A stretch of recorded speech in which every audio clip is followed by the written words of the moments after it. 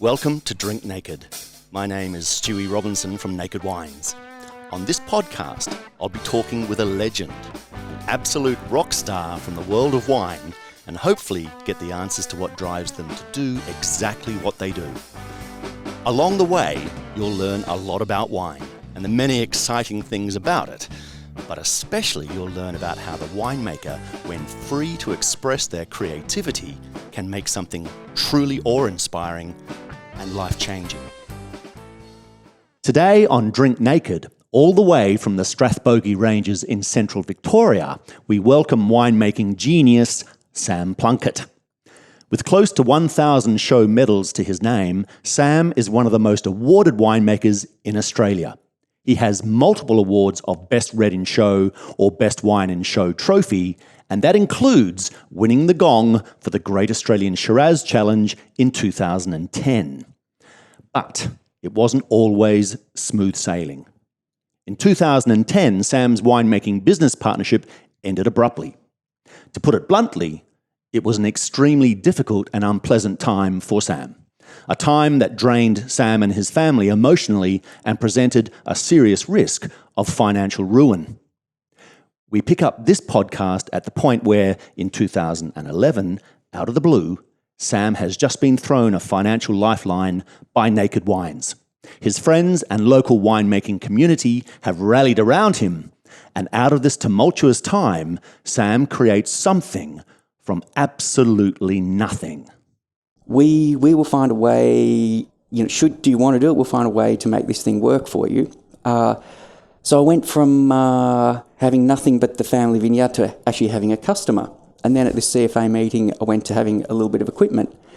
And a guy, John Woodruff, a grower I'd known for years, he got in touch to say, if you want a truckload of fruit as a present to get going again, it's yours.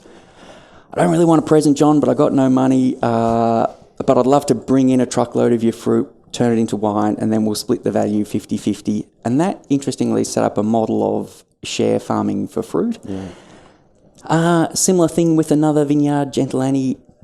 Keep in mind a kind of a tough time in Aussie wine industry, big oversupply of fruit, I'll say a distressed industry. So to some extent, growers didn't have an alternative home for fruit. Kate Cotter, her family is involved with a vineyard called Gentle Annie, and Kate says, if you'd like some fruit, actually we've got fruit that we don't think we've got a home for. So, but I've only got these 4 tanks I've borrowed from Elgo at the Elgo site. But I had done consulting for Melbourne Uni. They had a winery at Dookie, an ag college in Victoria. Yeah. And this is getting complicated. No, but anyway, there were tanks and pumps and a filter there, which the Gentle Annie vineyard had started to build a winery in partnership with the state government, but it never got off the minister's desk. And anyways, because I'd been consulting to Melbourne Uni, I knew this equipment was there, and with goodwill from Melbourne Uni and goodwill from the Gentle Annie guys, I was able to run the farm truck up, pick up 70,000 litres of tanks, and bring that kit down to the Elgo winery where I was parked in a corner, and so all of a sudden I could bring in another 100 tonnes of fruit. And then when some of that fruit came in, this Cabernet from Gentle Annie was amazing. A lot of the quality of red wine comes from the skins. So this vineyard, it's short of water, grows this fruit with tiny berries, thick skins. It came in and we had a cap, maybe 1.5 meters deep, could hardly punch it down. So I sent a little video to this guy in the UK, Eamon from Naked Wine, saying, I've got this kick-ass fruit. If I had some money for New Oak, I think I could make something pretty smart. And it turned out to be the very early days of making of fine wine for Naked Wines. So Naked Wines UK was trying to send me $70,000 before we had a bank account, and it was so I could buy 24 new barrels, pay Gentle Annie $1,000 a tonne for fruit, pay myself $1,000 a tonne for winemaking. And I actually forget which show, but anyway, we put it into a couple of wine shows and it got a gold medal, and it hit the market in the UK, and actually extraordinary wine. And at the kind of Naked Wine's modest price, so it sold quickly, people loved it, and away it went. But part of the cool thing is this was from fruit that was going to go on the ground into tanks that were going to sit empty, and those tanks were sitting on concrete at a winery that had excess capacity and funded by Naked Wines Angels. So there are all these threads come together to make this awesome wine, and yeah, I got a drink out of it, the grower got a drink out of it, and Angels got a ripper drink out of it. So something from nothing was created. Yeah. And actually, so I'm going to bash on with this theme for a bit longer. The wine industry, and making wine, chews up money. Like the kit is expensive and fruit is expensive. But we kind of accidentally came across this model of share farming, and it was really because of that offer of a gift from John Woodruff. And we do less of it now, but up until a couple of years ago, almost 100% of our fruit was share farmed. I had no money, and in a way, growers were bankrolling us. Actually, not in a way, growers were bankrolling us, along with the cash from Naked to help with buying barrels and pay for packaging. And it's actually let us get up to being a small, but I'll say a big, small Aussie winery, and in a very short space of time. Well, and I will double back on something you said a little while ago, but I just want to say, I mean, Greg Banbury, our boss, basically tells a story, which is basically a story that he's heard from you, which sort of goes like this. You used to make like 40,000 cases a year for your previous winery with the fowls, and paid a sales team of about 8, a collective salary of close to $1 million or whatever, right? Yep. To sell wine across Australia in a fleet of these whiz-bang new, flashy cars. Yep. Now at Naked Wines, basically there's, the same number of cases made for Naked Angel customers with no sales guys.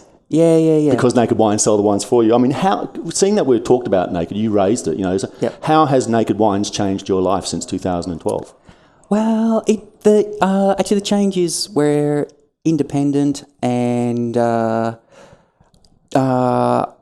feeding a family, helping a whole bunch of growers stay on top of their mortgages, and actually I can't find the language I'm using is underwhelming, but it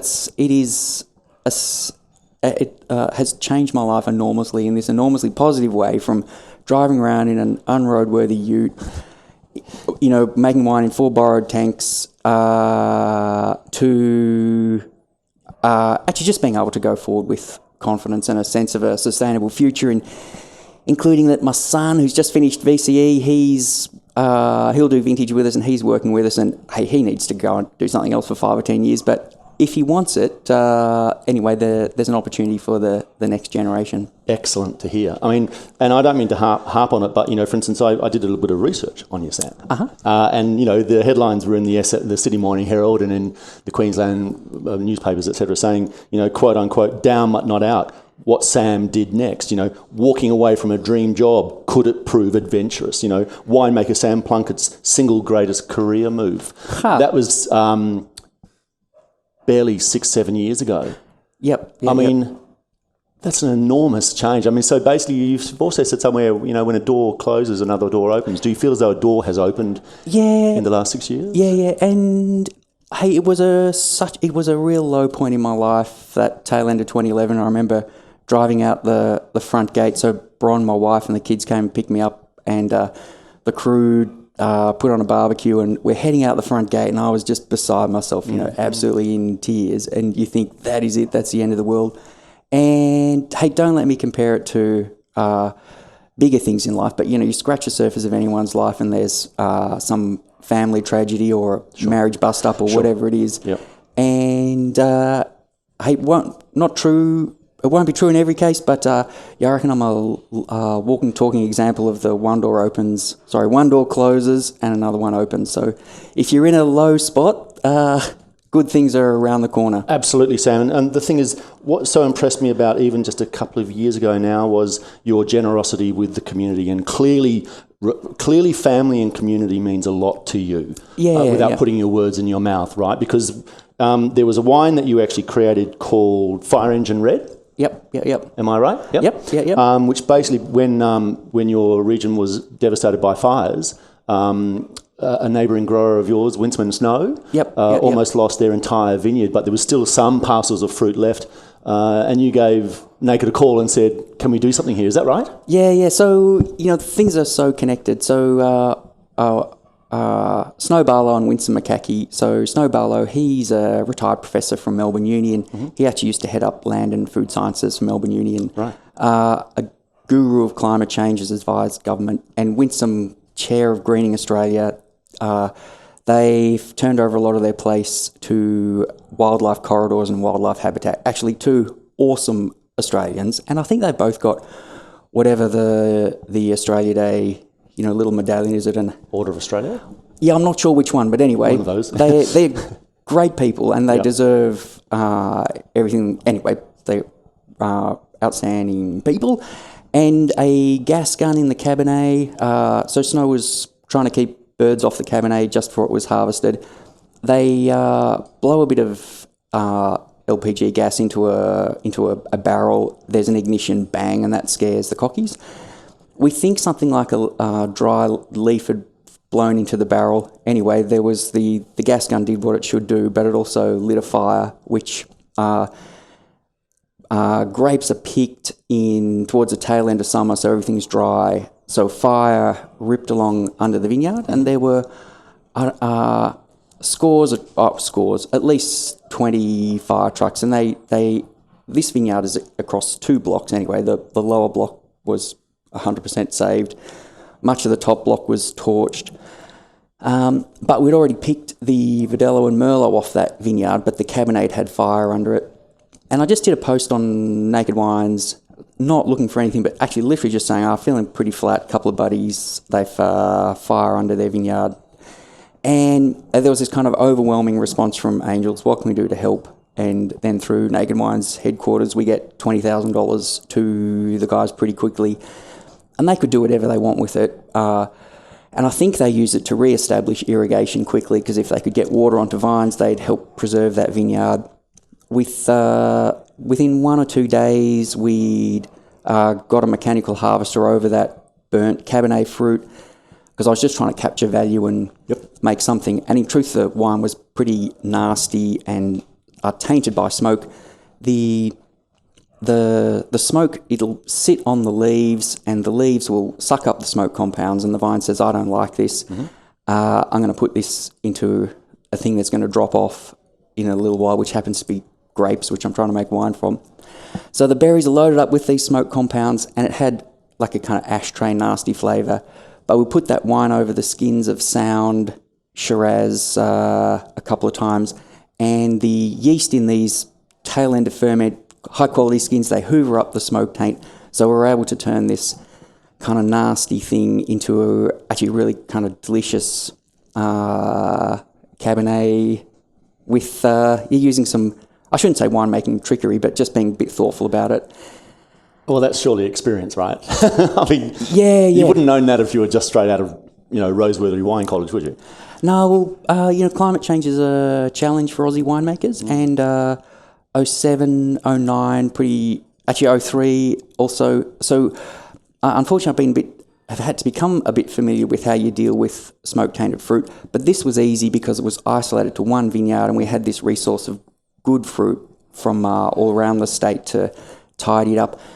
It's really tough in years like 09 where this, it's not close. It's not quite an exaggeration, but the state is almost covered in smoke, and that's a tough gig. It is a tough gig. I mean, and now Winston Snow still producing and growing grapes? Yep. And fingers crossed. Well, we'll either be picking Verdelho on Wednesday, or if Snow can rustle up a harvester earlier, on Monday. So, which is 3 days' time. Right. Yep. You've recently opened a cellar door. How long was that in the making of? And has it always been a dream to do that? No, cellar door gives me the heebie-jeebies. Does it? I'm happy out the back playing with tanks and hoses and pumps and forklifts, the cellar door thing, yeah, it's retail, it's scary. I can't use the till.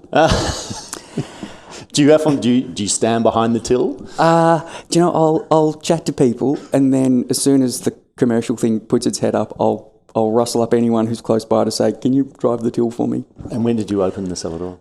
So probably about 18 months ago. So we'd leased this winery, Elgo, and with fantastic help from... Actually, sorry, we were kind of borrowing space at Elgo. I'd only been there about 6 months, and the Teresh family said, would you like to lease the whole place? It was good for about 500 tonnes a year. I was buying second-hand tanks, buying second-hand kit, took it up to 900-tonne winery, and the Teresh family, they were keen to sell. We couldn't afford to buy that kitted up place, including it had a big vineyard with it. So we were looking around, and big town nearby, Seymour, there's a lot of empty commercial space there. And actually we saw an old textiles, a weave house, a factory that was up for lease. So we had a look at that, and we figured out we would need to spend a fair bit of money to get floors to drain and get the power sorted and all that kind of stuff.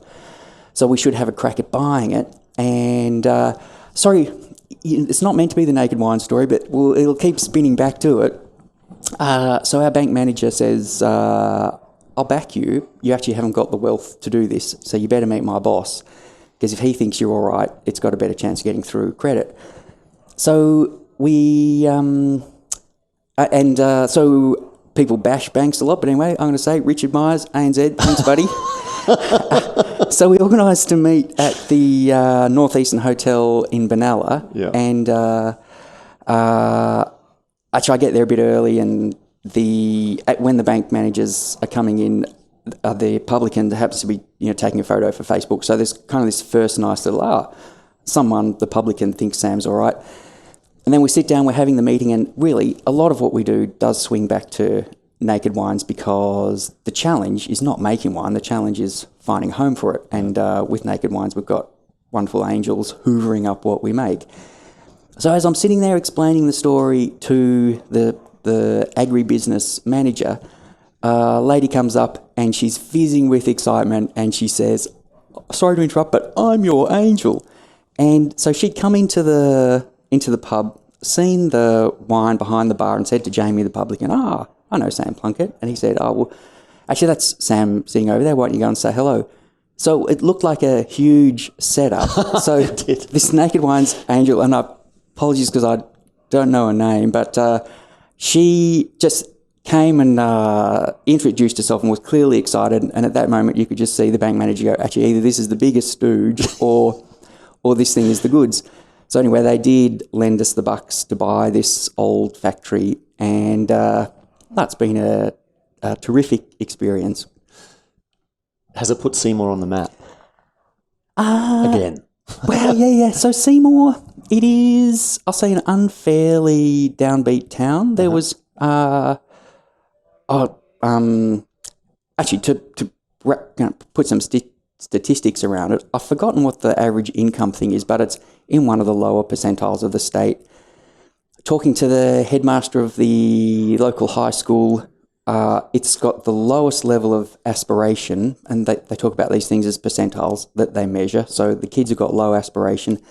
It's got the highest percentile that they measure of abuse, like domestic and sexual abuse against kids. So it's got all these kind of crap social issues that are a feature of low-income communities, and in this case, a low-income regional community. And this old site that we were able to buy, in its heyday, it employed 200 people, had its own cricket team, presentation rose garden, and had been a bit derelict for about 2 decades. So we were just looking for a place to make wine, but we, pulled down the detention centre style fencing, and it's not a glamorous rose garden, but it's cared for, and you can almost see the town taking pride in what's happening. And lots of people are doing things, but I also think there are people looking at us going, you know what, someone's having a crack and having a go. Absolutely, we will too. Yeah, good. That's fantastic. It's extraordinary. Yep. And do you employ any local folks? Yeah, we do. So all in, we're a crew of about 10, and actually, I hope no aspirations to be bigger. We do seem to do a little bit more every year, and maybe need to employ another 1 or 2 people, but not trying to set the world on fire. Yeah. Actually, in a funny way, if we could be smaller, I would do that. Why? Actually, because I enjoy being on the tools, and you gave that example of the story Greg told. So in that previous life, it took about 40 people to make and sell about 50,000 cases of wine. So we actually do a bit more than that these days, but when we were at 50,000 cases, it took 5 of us and a part-time bookkeeper. So in that small business, I can be absolutely dragging hoses, crushing, pressing, looking at blends. But my experience is when you get bigger, you end up bashing up a computer and talking about making wine, but not necessarily making it. Yeah, telling someone else to do it. Yeah. Tell me just a little bit about the Strathbogie ranges, where that is the viticultural region that you source your fruit from. Yep. What's so great about it? So we do get quite a lot of fruit from the Strathbogies, and that is my home. Dad's got a decent-sized vineyard in the Strathbogies. Bron and I have got about 20 acres, and we get fruit from Carrillo Gantner's Strathbogie Vineyard, Winsome and Snow's Strathbogie Vineyard, a tiny bit of fruit perched way up high.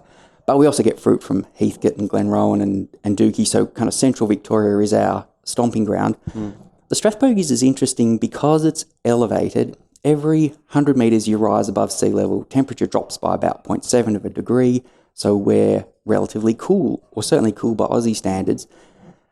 The Strathbogies are an offshoot of the Great Divide, and they poke inland, so kind of heading north. So we've got this combination of lots of sunlight, lots of cloudless days because we're on the north side of the Great Divide, but we're cool.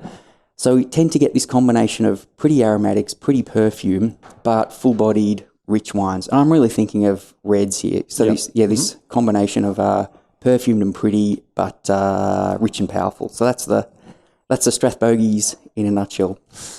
And what other regions do you source from? So Heathcote, and Heathcote's probably the most famous Shiraz growing region in Victoria. But I don't want to say it, but it's not intrinsically the best fruit. So I would, anyway, they're all different. And, Strathbogie Shiraz won the Great Australian Shiraz Challenge, not Heathcote Shiraz. Right. But the Heathcote vineyard we get fruit from, it's tucked in against this steep escarpment, the Mount Camel Range. Gets lots of morning sunlight. But is this the famous Cambrian soils that people talk about? Yeah, it is red and gravelly. Actually, it is beautiful soil. But as the sun sets, the vineyard falls into shadow relatively early in the day, and that lets the fruit hang on to natural acid. So it, again, has this interesting combination of it'll be rich and ripe because there's plenty of sunlight and sugar in the morning, but it's naturally got low pH because of naturally high acid because of this shade in the afternoon. So it's got a kind of brightness and freshness as well as the Heathcote richness and slipperiness. Right. But a couple of vineyards I really like near Dookie, so central Victoria, near Shepparton, if that means anything to anybody. Crazy red soil, like it looks like you should put it on a plate and eat it. So this Gentilani vineyard and the Major Plains vineyard, both short of water. So the Major Plains vineyard, actually no irrigation at all, tiny little berries, no leaves, so the poor fruit sits in the sun and gets incredibly concentrated, these thick skins, so loads and loads of colour and flavour. And Scott Feltman, the vineyard owner, he's put the tall posts so the fruiting wire is really high, so sheep graze under it. It's a magnificent and kind of kooky vineyard.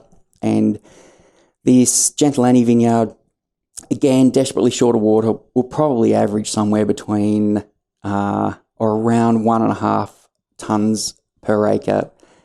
For context, if you head up to the Riverland, vineyards would be 10 or 15 tonnes an acre, like literally 10 times more, and sometimes freakishly they'll get 20 and 30 tonnes an acre. And Gentilani, these are the guys that lent us tanks and pumps and Right. They're good buddies as well as good growers. Again, it comes back to what we mentioned before, which is it all seems to be about family and relationships and community. Yeah, it is. Yep. I didn't realise the value in it, but what I've learnt is if you treat people with respect and where you can with kindness, they'll return the favour. But actually, just where I'm staggeringly lucky to have enjoyed the goodwill of boys and girls around us. Yeah, well supported. Yeah. I mean, just for a very brief second, going If back. people knew me better, they wouldn't, because I'm an arsehole. You heard it here first, folks. Not true at all. Going back to 2012, when you could have either just walked away and you were considering walking away, and the last 7 years have shown that, gee, we're glad that you haven't, because you're one of the most successful winemakers in Australia, supporting a community and clearly 10 locals in your local community and supporting growers. What would you have done if you weren't doing winemaking and hadn't fallen in love with winemaking once again? So I was scratching around looking at perhaps relocating to China to make wine, because travel's interesting, and if I would always love to have worked in another country. So that I thought that was an opportunity.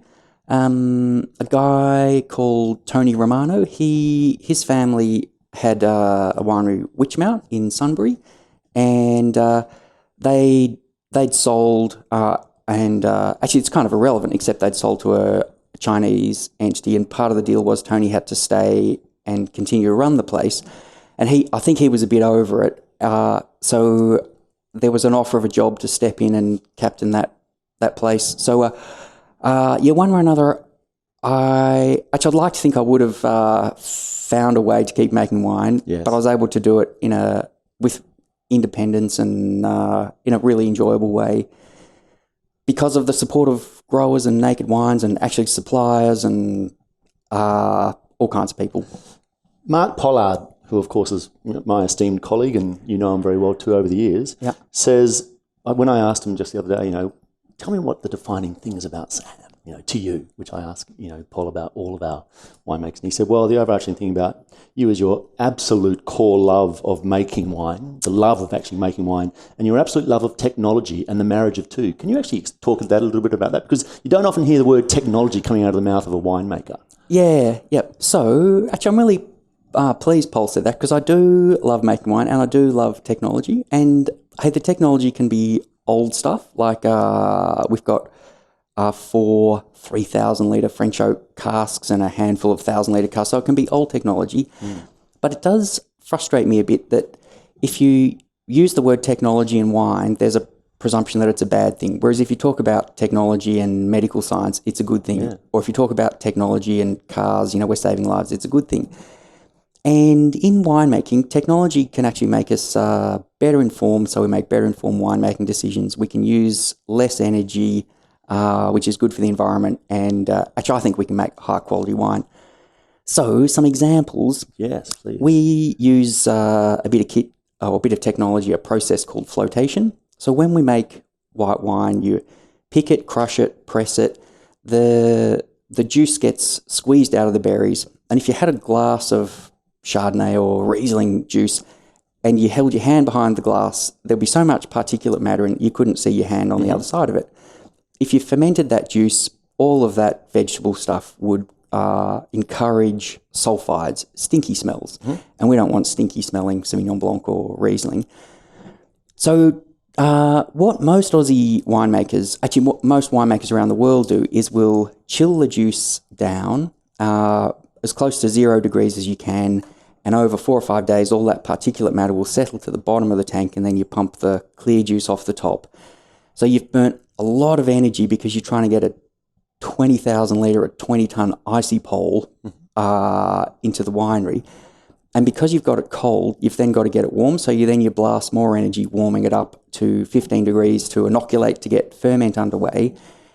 And because you've got this massive vegetable and fruit stuff that's also got all the wild yeast and bacteria that potentially will spoil the wine or the juice, you're loading it up with more and more sulfur dioxide, which is the preservative, which kills these things.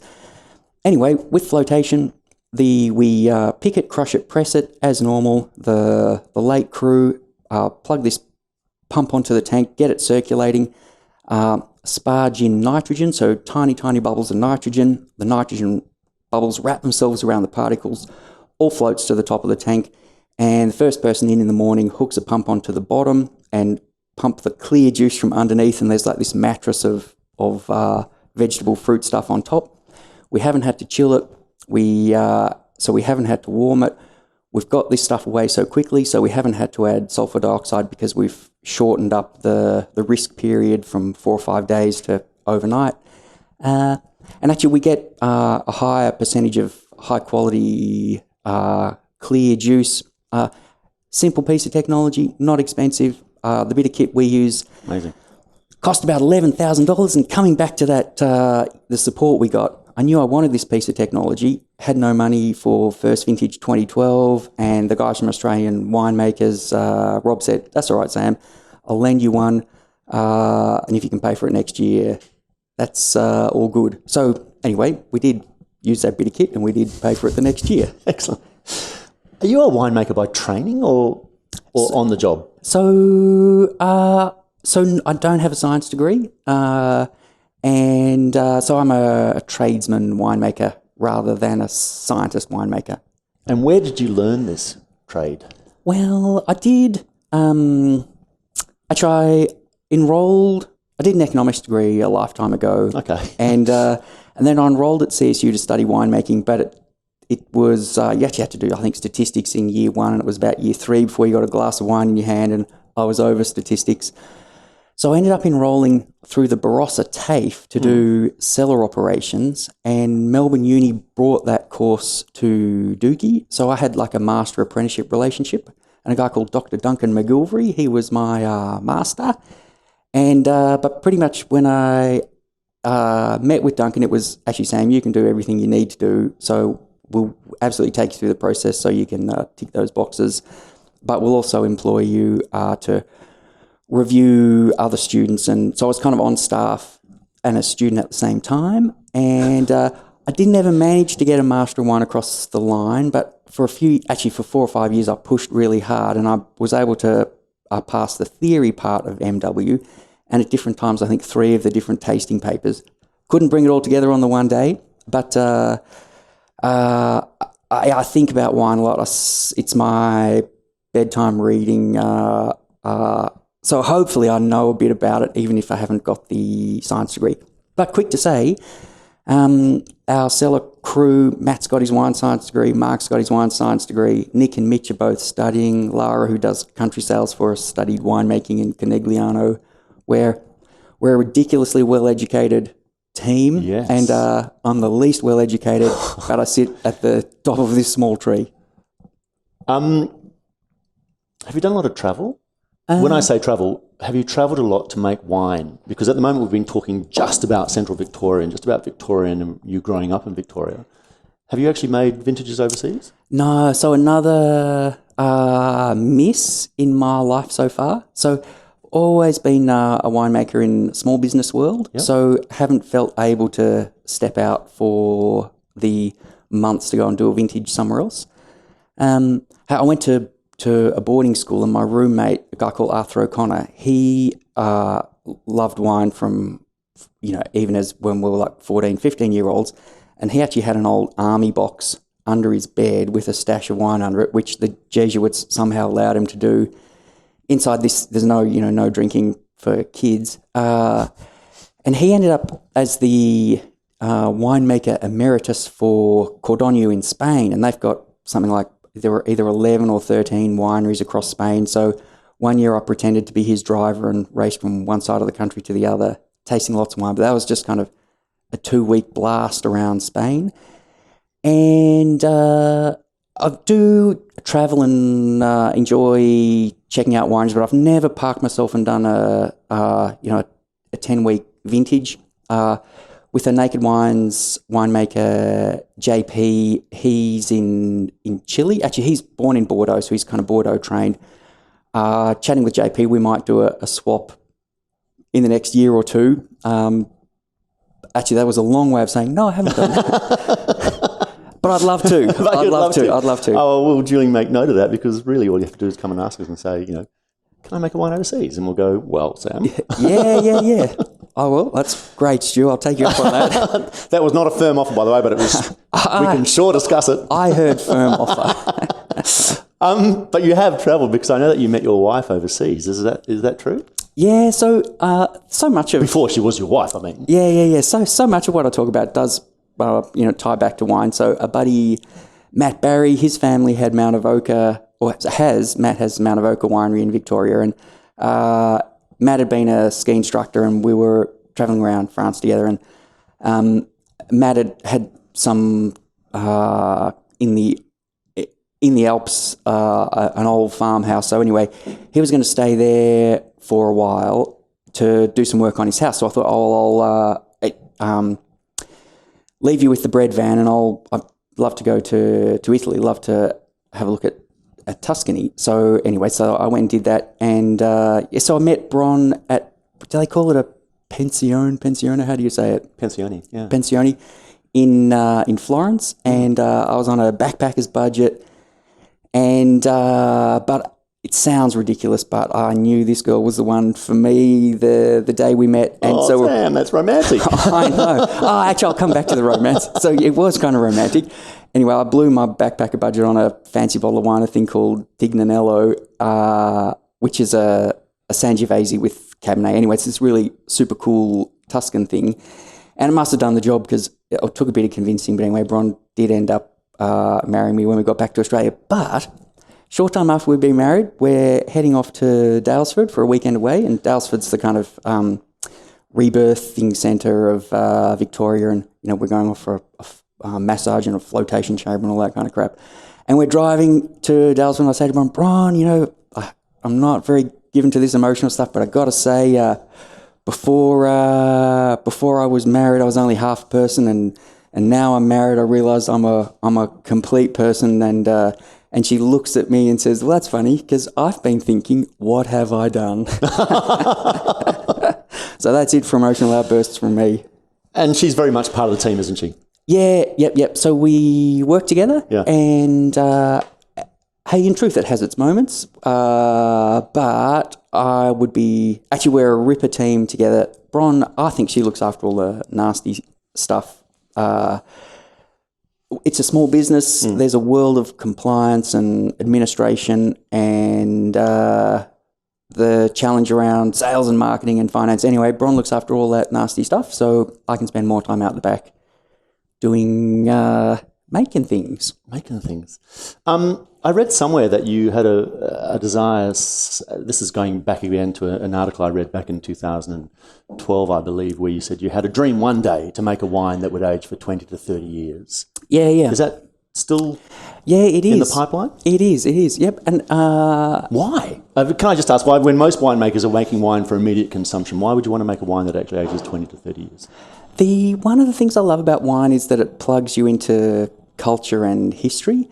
And I'm a member of a group called the Viticultural Society of Victoria, and it was started in the 1860s, and it was actually to advise the state government on the then emerging wine industry in Victoria. And since then, it's turned into, I'll say, a wine club, but it's got this amazing cellar. And freakishly, I'll be tasting wines from the 1970s or the 1950s and even the 1930s. And I love that it doesn't even have to be good, but just that you're drinking something that is this piece of history. Yes. Actually, because I do get excited about this stuff, the oldest wine I've consumed is an 1870 Madeira, which is a fortified wine. And it's really cool because it's almost indestructible. I stupidly bought this bottle of wine. It's also by far the most expensive bottle of wine I've bought. But I was able to share it with 30 or 40 people because it is this indestructible thing. And how cool to be drinking something from before the motor car was invented, from before the electric light was invented, and unpleasantly, before women had the vote anywhere in the world. Such a piece of history. I think there is this wonderful thing, a great wine that can live for decades. And its tannin is a natural preservative, and a particular shape or composition of tannin will help, and low pH will help. So I've got, probably about 20 barrels in the barrel store at the moment, and they're from all different vineyards and different treatments, where we're really working towards pulling the threads of this wine together to get something into bottle that could be a multiple decade lived wine. So it exists at the moment. It's alive. Yep. What year? What vintage? So 20. Hey, it's a trial. Yeah. It's a trial batch. So 2018. Tell me more. What is it? Shiraz? Well, it'll be mostly Shiraz, but if there's a parcel of Cabernet that helps with the building blocks, the acid tannin composition or profile, however we describe it. So it could be anything. It'll certainly be a multi-vineyard blend. It's probably it will be based on Shiraz, but it might include Cabernet, because Cabernet's got this particular compact tannin that really helps give a wine long life. Wow, I was going to ask you, what is the hallmark, the backbone of a wine what is the requirement you need to age well for 30 years? You don't want to just have a wine that gets old. You need it to actually age and get better. And get better, yeah. So a lot of high-end Aussie wine at this time in history is high in alcohol, and the alcohol gives a kind of slipperiness and sweetness and an immediate appeal. And I do like those big horsepower wines. But that wine, in 10 or 20 years' time, the alcohol will stick out and it will smell. It will actually hurt your nose a bit. So one of the things we've got to do is get fruit ripe, but with lower alcohol. Yes. So maybe 13 or 13.5% alcohol. And we want much more of the short-chain, compact, drying tannins that are the kind of preserving tannins. And actually, the good news is when we pick at lower alcohol, we've naturally got higher acid. Yes. And acid is one of these things that helps preserve wine.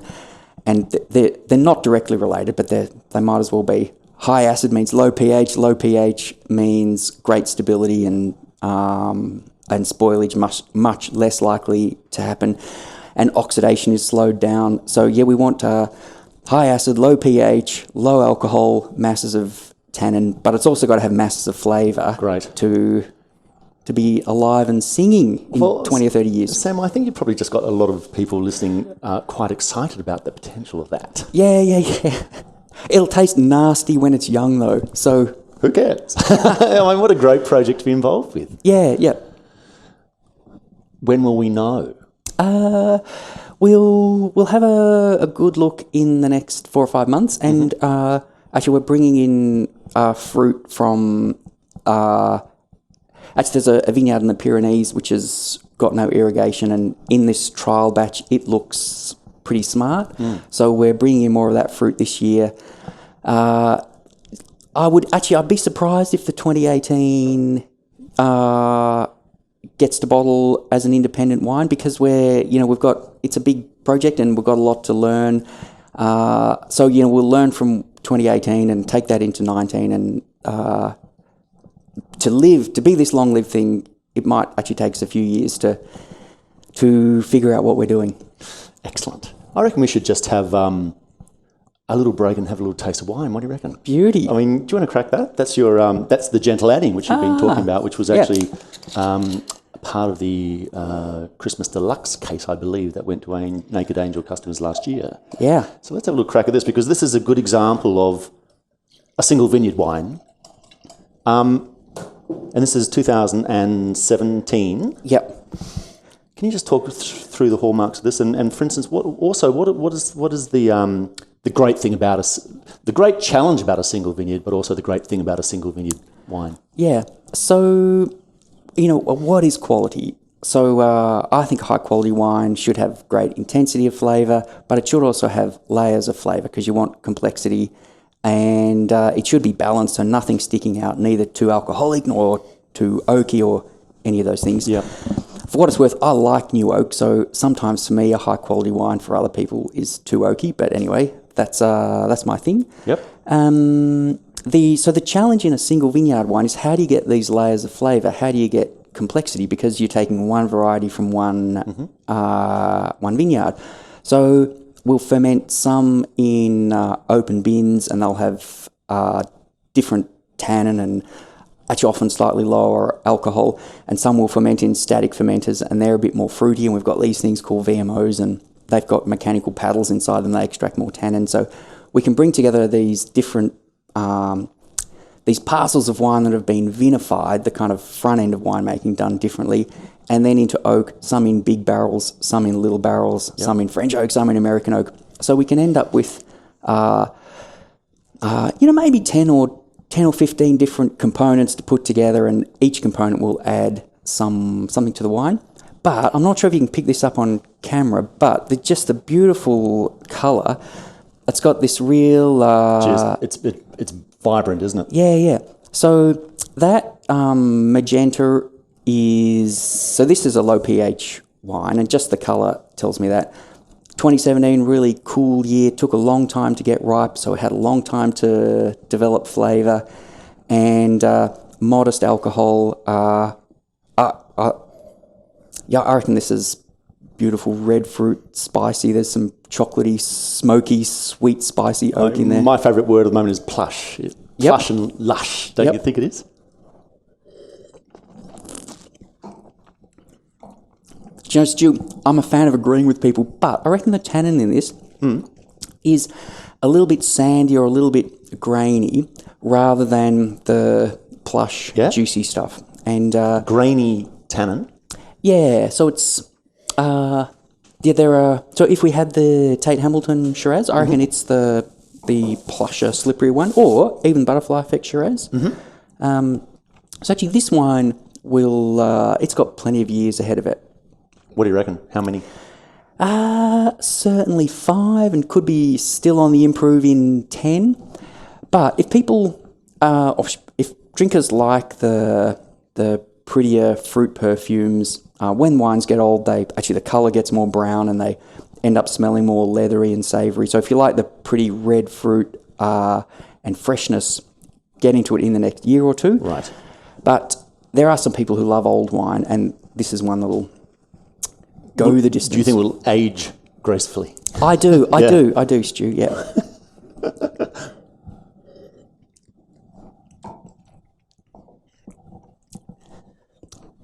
Delicious. I think so. And thanks, Gentle Annie. Thanks, Gentle Kate Annie. Cotter. Yep.